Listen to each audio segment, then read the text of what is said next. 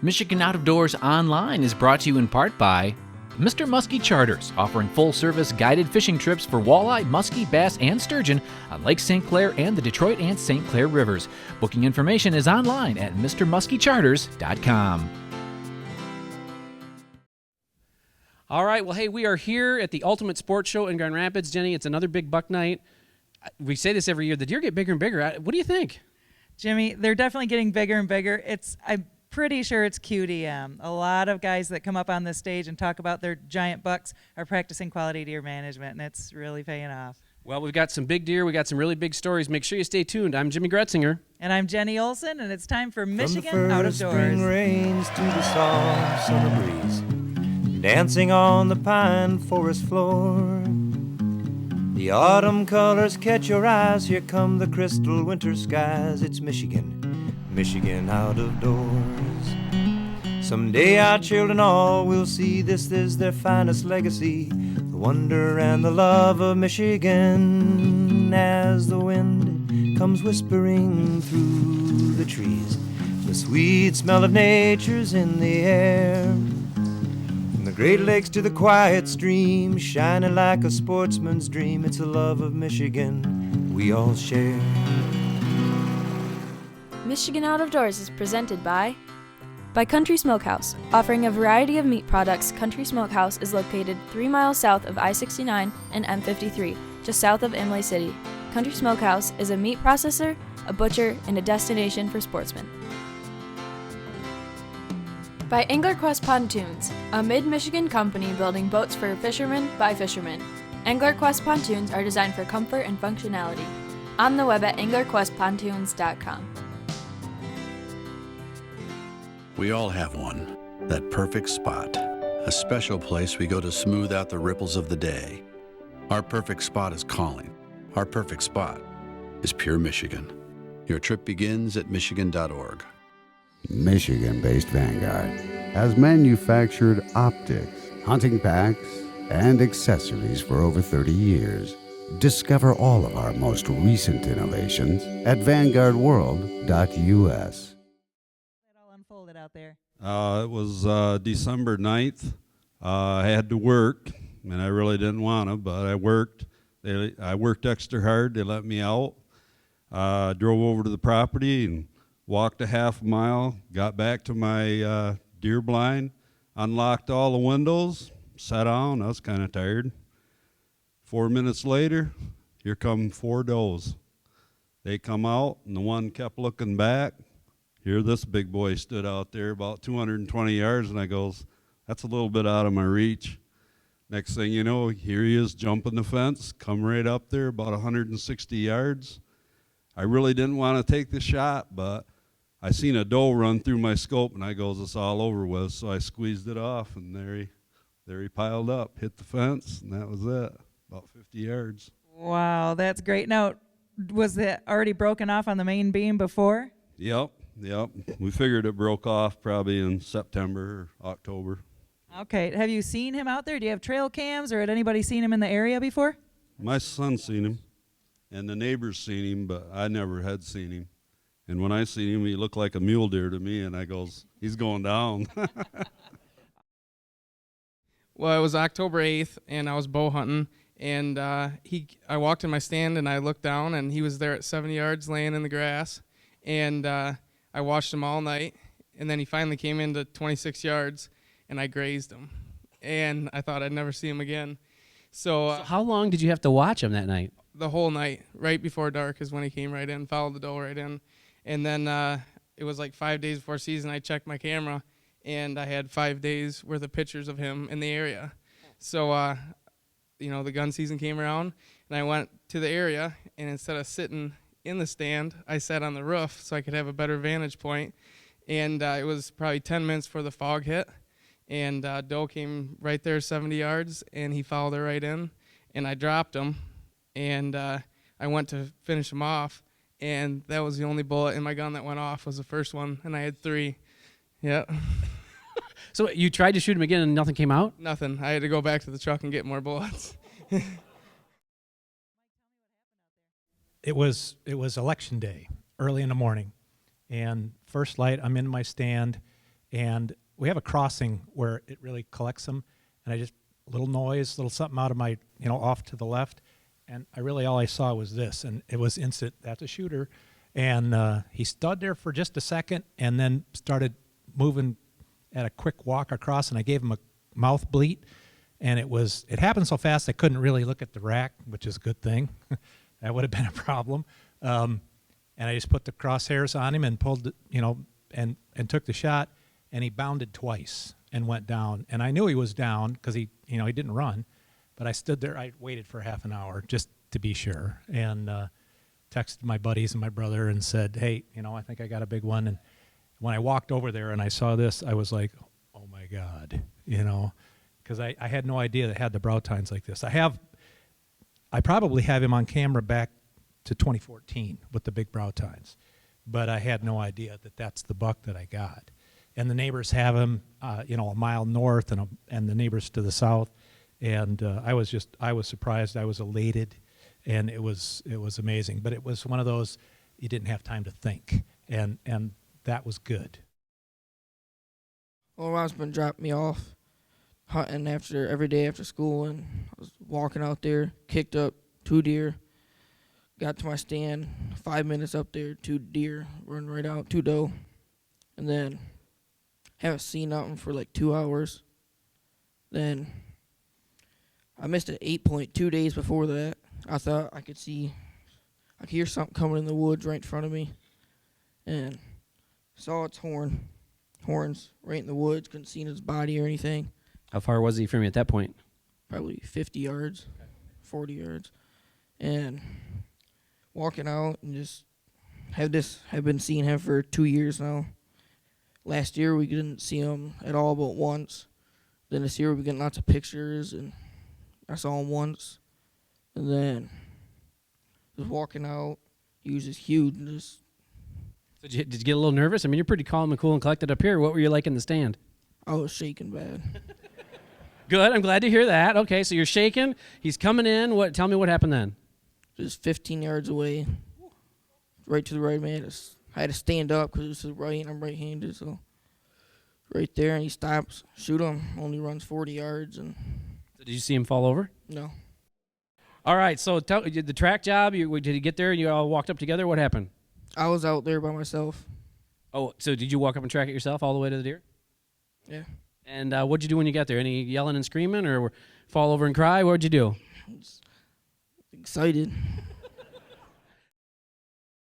Well, first of all, I usually, when I'm in the woods, I fall asleep for some reason. So I woke up, and like 10 minutes later, I seen a back end of a deer, and big doe, and it turned, and like if I didn't stop looking at his rack, I think my eyeballs would have popped out of my head, but it didn't happen. So I waited about 10 minutes so I would stop shaking, and then when I got comfortable, I took the shot, and I watched where to see what he ran, and I seen him stop, but then I didn't see where he went after that. So I texted my dad and told him that I think I shot a big one. So has anyone seen this buck before? 2 miles down the road, we have a friend that has trail camera pics of him from last year and this year. And one of my good friends of mine, his dad last year shot him in the hind quarter with a bow and arrow, and as we were cleaning him, we found the broadhead in his hind quarter.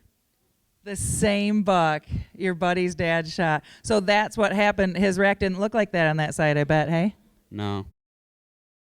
And about 8:45, I seen something at 500 yards moving over a hill. I thought, what was that? It was his horns. Then the whole deer came up over and went into the woods 300 yards down from me. And I thought, well, his home's on the east side. So I thought he might go back across. And he did, about 80 yards away. On the run, I threw a chopped cornfield, so it was wide open. But I probably had the right gun. I took my dad's old shotgun, smooth bore, just with a bead on the front, no rear sights, and got him on the run. But I did empty the gun So you saw him at 500, 300 yards, and then did you watch him come all the way into that into 80 yards? He came into the woods behind me and came back out at 80 yards. So, yeah, it was, then he made it back into the woods after I hit it. And so how many times did you shoot and how many times did you hit him? I hit him at least twice, I think 3. Okay. But he got back in the woods, and I could just barely see him. He stopped, and I thought he was going to drop. And so I waited about a half an hour, walked over there, and I had a good blood trail. And I didn't see him up in the woods, so I called my grandson, and he said, no, I got college today. So then I called my son-in-law, Gary Byer, and I knew he was home. He came out there, got there in about an hour, and we tracked it down. And I'm following the trail yet, and he looked up, and it was all he said was, holy something, there he is. Holy something, there he is. November 26th, I was actually rifle hunting, and he walked out on a pipeline near where I hunt, and my grandpa's gun that I tried to use for the first time didn't go off 4 times. I racked 4 shells through it. Finally, the 5th time it went off, but it delayed, and it shot about 10 feet over his head, and he ran off, and I started crying, and I thought it was done.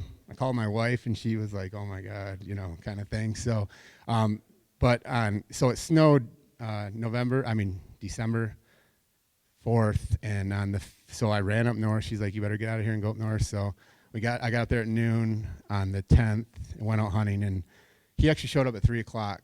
So I had my binoculars up, and I just dropped him, and he actually stood in one spot for an hour, never moved.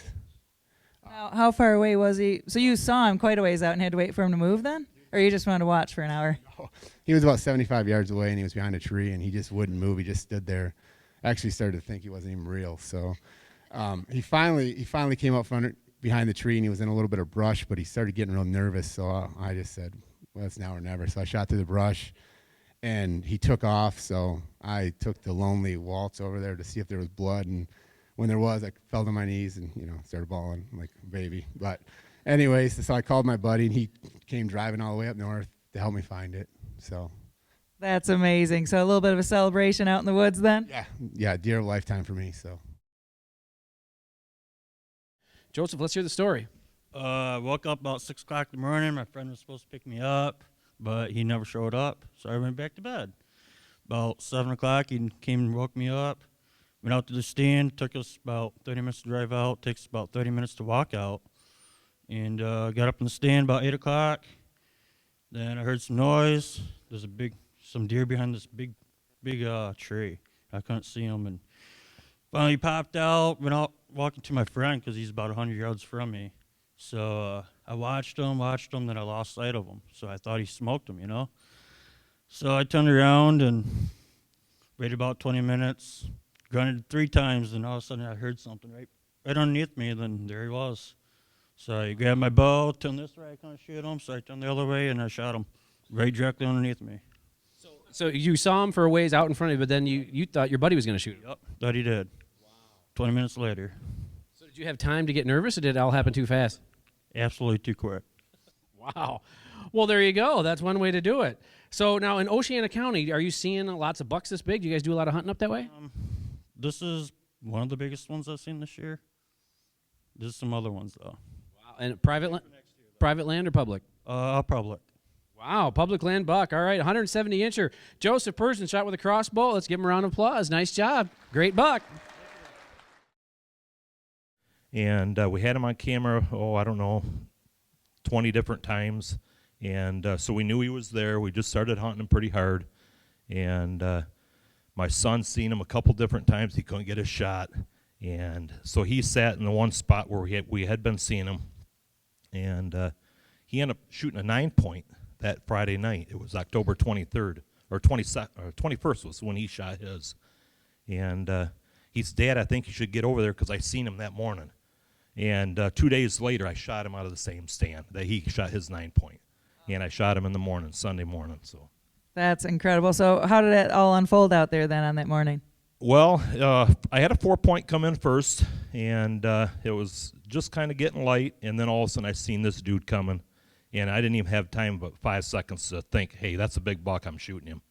And I shot him, and that thing took off like a rocket, and he actually took off running so fast he ran into a tree. He did a cartwheel, and he broke off one of these little points right here. And he flipped over backwards, he got back up, he spun back around, and he dropped in a brush pile and kicked up a bunch of logs and brush, and there he laid. And he last couple of twitches of his tail, and he was done. I thought, yes, I got him, you know. And so I texted my son, and I said, hey, Nathan, I said, I just got him. I think I just got the big one. I think I just got him. So I actually left the woods, went and picked him up, and we walked out there together and walked up on him, and this was him. This was the one we had on camera. So I was pumped. 40 years of hunting and biggest buck I've ever shot. This is one of the coolest brow tine buck I've ever seen. These things are just unbelievable. This is Jason Cummings, shot in Ingham County with a bow. Scores 174 and 4/8 inches. This is a beast of a buck. Jason, let's hear the story. What happened? Well, this summer I got my eyes on 2 trophy bucks early on, and I lost them when the corn got too high in July. And August, on one of my funnel spots, I caught this buck on my trail camera making a territorial scrape. So got pretty excited about it. The only thing I was really concerned about is in the trail camera, these looked really thin. So just before archery season started, I did get a glimpse of him and a bigger buck. And that put me... got me really fired up. And so you got several big bucks running around. Yep. Got a couple. We do QDM. So got any spare stands out there? I got too many, actually. Well, you know, we could come fill it. But anyways, back to the story. That's where I was going. I actually set up observation stands for this buck. And that like the back porch, or no, not like that. But I sat in the stand knowing that I wouldn't even get a shot this year. I really tried to pattern this buck, and I finally figured out where he was bedding.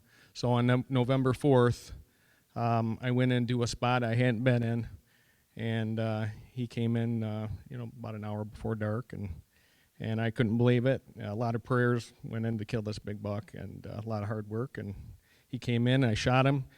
One thing I want to mention is I used some scents right here from Michigan, Evercalm, and I set up a lot of mock scrapes. And this buck, it was like he knew who I was when I did my grunt and my snort wheeze. He came in all flared up, ready to go. I shot him, went 60 yards, and that was the end of it. So. Wow. And how far was the shot? 25 yards.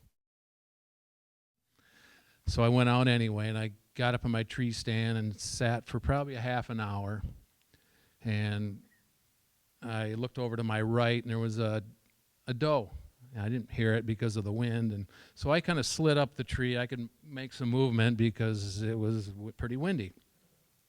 So I turned to my right a little bit, had my crossbow in my arm, and sat and watched that thing for half an hour, figuring, well, there's got to be a buck tending this thing somewhere, you know. So I just waited and waited. So it fed up the hill for about a half an hour, and why I picked that time to turn around and sit down, but I did. So I turned around and sat down, and it was 30 yards away, moving fast, one step from going into the thick. And he didn't even pick me out. I mean, only 30 yards away. I mean, a deer, he was locked on a doe. I had no idea whether the doe was there or not, but it had to be. So fire drill. Safety off, grunted him, stopped him in his tracks, and shot all in it seemed like a millisecond. So had a good shot. Oh, go ahead. So you knew it was a big buck. Had you seen him before or no? No idea? I had 4 trail cameras out, no pictures of him. I've never heard of this deer in the area. So it all came out after everybody knew about this deer but me. So anyways, made the shot. Had no idea this. I sat down after I made the shot. I go, what did I just do? So I watched it, and it ran full blast around the corner and down the hill, and I saw him barrel up, all 250 pounds of him barrel up. So I knew he wasn't going to go any further, so then I collected myself, got down out of the stand and kind of picked up my arrow and walked the blood trail down. You always kind of want to do that. So I walk up to that thing and I go, what did I just shoot? I had no idea the mass and the rack and the size of the deer. So it was pretty incredible. Just amazing. What a great story. Congratulations, Dan Terhorst, Kent County. Okay, this is another Allegan County buck. Allegan County is really representing well tonight. This is Trent Smith. This was shot with a crossbow, 175 inches and 2/8. And this is about one of the most perfect racks you're going to see. I mean, it's just symmetrical as could be. Trent, did you know this buck was out there? Yes, I seen it in 2014 and 2015. And last of 2015, I seen it kind of run across my hayfield. And I thought, oh, he made it another year. Then I shot him in 2016. Well, let's see. So crossbow, what day of the season was it? What's that again? What day of the season was it? October 22nd, about 8:20 in the morning. All right, walk me through the hunt. He come through about 8 o'clock off to about 80 yards, and I seen him go in the swamp, and thought he's gone for the day. And all of a sudden I look up, and about 8:20 he come through, and 40 yards away, and I set my crossbow there, and he stopped in 30 yards, and I shot him. Just as simple as that. Yeah. He ran about 70 yards and fell over. Did you see him fall? No, I didn't. He was over the top of the hill by the swamp, so I didn't see him fall. Okay, so you got a buck this big, that's out there. You see him slip away, and all of a sudden he comes back in. Did you have time to get nervous, or not really? Not really. I seen him kind of come through the brush, and I didn't know if it was the same one or not. But I could see some horns, and I knew he was a shooter, and I was ready at 30 yards, and he stepped into it. So. Well, that's a perfect hunt. So tell me what happened after you shot. What happened after the next couple hours? Well, you know how it is. You got to wait a half an hour to try to, but no, you can't do that. And I got right out, and a few minutes later, and walked down, and I found him there, and I called my Uncle Joey and called him up. And I said, I need to get a deer out of there, get him my place there. So he comes down, and he goes, what'd you shoot? And I got a 10-point. And he goes, nice one? I go, yeah, pretty nice one. He goes back there, and he goes, holy cow. Nice one, he says. Now, did you drive him around, show the neighbors? Did you hang him in the garage? What'd you do? In my garage, and I didn't go to sleep very early that night. I can tell you that much. Up late, were you? Yes. A lot of people come over? Oh, yeah, for a couple of days there, actually. Thanksgiving comes around, I come down with 102 fever. Wouldn't you know it? I'm throwing up, sick as a dog.